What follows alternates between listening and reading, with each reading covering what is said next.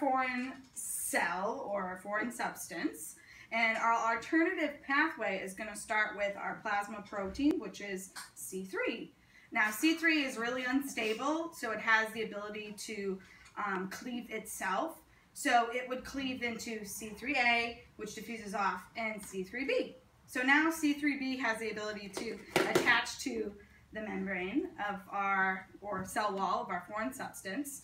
So now factor B can come in and bind to C3B. So now factor B is just factor B. So we need something to cleave it. That's where factor D comes in. And that's what helps cleave factor B into BA and BB. So now we're left with C3B, BD, which as we know is our C3 convertase. So C3 convertase can now cleave more C3 proteins. So those will cleave C3A, diffuses off into C3B. So C3B attaches there. Am I missing something? Okay, so C3B can either like go onto another foreign cell wall of the same kind, or it can attach again on another part of this foreign cell. But we need properdin to stabilize this C3 convertase so that C3 can actually bind to it. So once C3B has combined to this complex, we have C3B, BB, 3B, which as we know is our C5 convertase.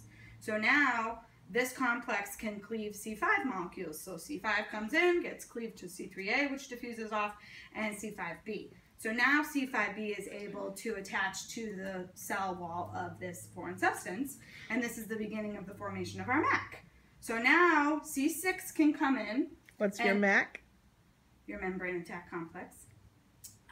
So C6 can now come in and bind to C5b. However, it doesn't get cleaved away or anything. Same goes for C7. So C7 comes in and binds to C6, but when it binds to C6, it changes the shape of it. So it's actually able to insert itself into the membrane of this foreign cell. Same goes for C8, changes its shape, attaches to C7.